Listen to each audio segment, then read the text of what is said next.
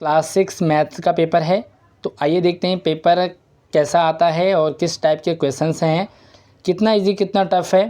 Paper आपका 2.5 घंटे का 60 नंबर का होगा और इसमें टोटल आपको 16 क्वेश्चंस होंगे, 5 पार्ट है ना, का खा गा गा गा। तो चलिए देखते हैं प्रश्न कैसे हैं।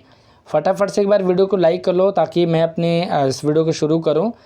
और चैनल पर पहली बार है तो सब्सक्राइब कर लो, क्योंकि यहाँ पर आपको इसी तरह से एजुकेशनल सारी अपडेट वीडियोज़ मिलती रहती है। पहला प्रश्न है, MCQ है, 4 ऑप्शन में से एक ठीक है। 1 मिलियन बराबर है, तो यहाँ पर 4 ऑप्शन है, ये आपके 10 के बराबर होगा। उसके बाद दूसरा है, इसमें सबसे बड़ी संख्या आपको बतानी है। तो देखिए, इकाई, दहाई, सैकड़ा, हज़ार, 10,000, इकाई, दहाई, सैकड़ा, हज़ार, 10,000, इकाई, दहाई, सैकड़ा, हज़ार, 10,000। यहाँ पर जो है 10,000 में 14,683 और 14,676 है। तो 683 यानी कि बी वाला ऑप्शन आपका 683 बी वाला ऑप्शन आपका करेक्ट रहेगा। उसके बाद है, अंकित मान और स्थायी मान के स्थान पर बराबर होता है। अंकित मान और स्थानीय मान किसके बराबर होता है, तो ये आपको बताना है।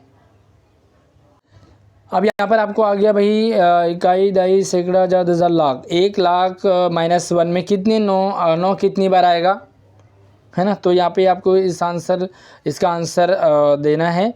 उसके बाद यहाँ पे 4 ऑप्शन में से 5वां प्रश्न देख लो, क्योंकि मैं यहाँ पर थोड़ा सा जल्दी में हूँ तो मैं आपको एक पैटर्न बता रहा हूँ पेपर का। बिना पुनरावृत्ति के 4, 7, 5, 0 अंकों का प्रयोग करके कितनी संख्याएं आप बना सकते हैं। 4 अंकों की बनानी है, ठीक है, इन चारों का यूज़ करना है। तो कितनी संख्याएं आप बना सकते हैं। ओके, सबसे छोटी संख्या आपको बतानी है।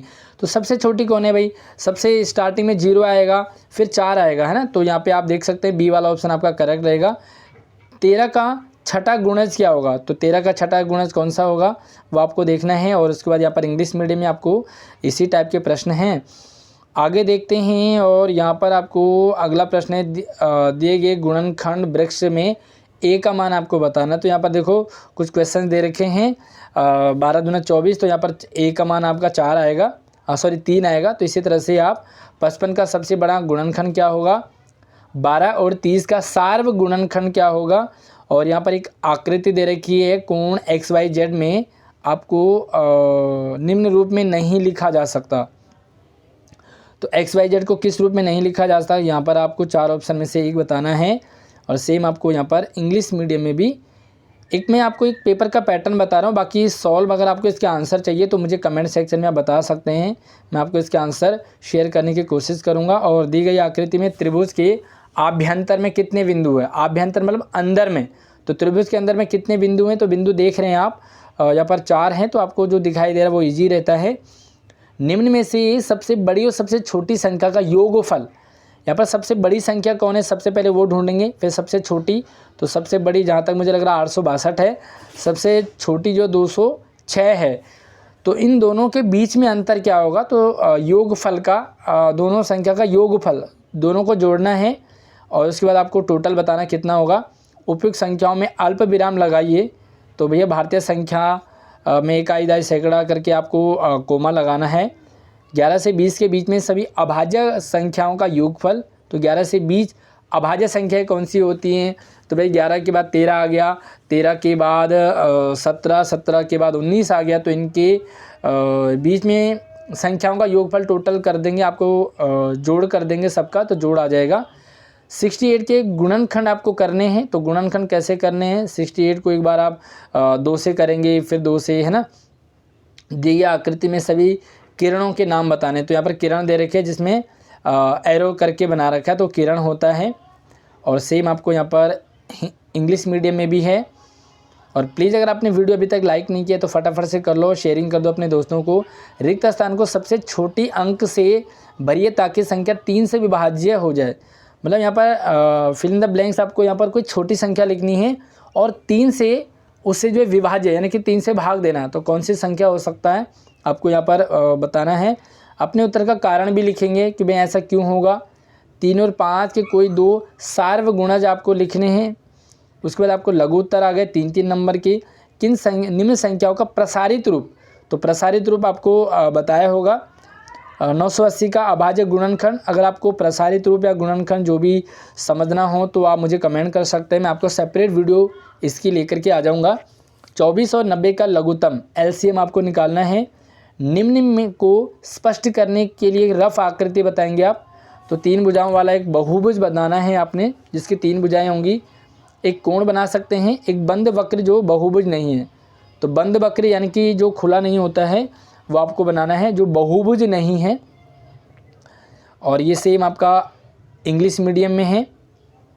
और अगला जो है आपके पास कुछ ब्लर और का 5-5 नंबर के, तो ये आपको यहाँ पर आकृति दे रखी हैं और उनमें आपको यहाँ पर बताना है। कोई 2 भुजाएं बताओगे, है ना।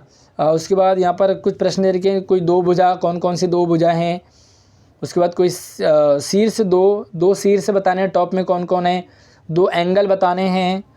2 किरण विकर्ण बताओगे, विकर्ण जो बीच में से कटता है। 2 बिंदु बताओगे। तो ये सारे के सारे आपको बहुत ईजी टॉपिक कॉन्सेप्ट होता है। अगर आपको ये समझना है तो मुझे कमेंट कर सकते हैं। फ़िलहाल मैं आपको यहाँ पर पेपर का पैटर्न बता रहा हूँ। एक विद्यालय और किसी विद्यार्थी के बीच घर के बीच की दूरी 1 किलोमीटर और 875 मीटर है। वह प्रतिदिन विद्यालय जाती है और घर वापस आती है। 8 दिन में विद्यार्थी द्वारा तय की गई कुल दूरी। तो सबसे पहले तो 1 किलोमीटर 875 को आप जो है 2 से गुणा कर देंगे, है ना। या तो सीधा आप 8 दूनी 16 से गुणा कर देंगे, क्योंकि ये तो 20 की दूरी है, लेकिन आपको आना जाना भी है और 8 दिन का करना है। तो आप सबसे पहले या तो 1 किलोमीटर 875 को यानी कि 1875 को 2 से गुणा कर देंगे, जो आएगा उसको 8 से गुणा कर देंगे, तो आपका टोटल दूरी आ जाएगी। अथवा मैं निम्न किसी एक संख्या अंक का 2 बार प्रयोग करके 4 अंकों की सबसे बड़ी और सबसे छोटी संख्या आपको बतानी है। 6, 8 और 12 से विभाज्य 2 अंकों की सबसे बड़ी संख्या, ऐसी संख्या जो 6, 8 और 12 से भाग चला जाए, है ना। तो आप इसमें देखेंगे शायद 40 हो सकता है, लेकिन 40 का 6 में जाता नहीं है, 6 का 40 में जाता नहीं। तो आप इस तरह से देखेंगे। 68 और 850 का HCF आपको निकालना है और ये आपका इंग्लिश मीडियम में रहेगा। तो मेरे ख्याल से आपको इतने ही प्रश्न हैं या कुछ और भी है। ओके, कुछ और भी है, केस स्टडी वाले हैं।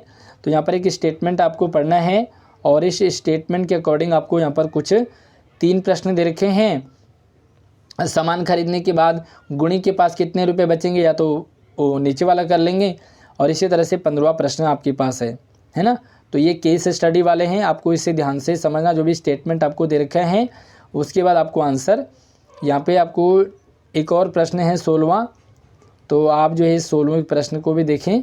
और यहाँ पर भी केस स्टडी वाले सेम प्रश्न हैं। इसके बाद आपको इंग्लिश मीडियम में, तो भाई पेपर आपको ईजी लग रहा है या हार्ड लग रहा है, मुझे कमेंट सेक्शन में बताइए। आप इस वीडियो को कौन से स्कूल से देख रहे हैं, तो अपने स्कूल का नाम भी ज़रूर कमेंट में बताइए। वीडियो को लाइक करके शेयरिंग कर दो। चैनल पर पहली बार हैं तो सब्सक्राइब कर लेना। धन्यवाद।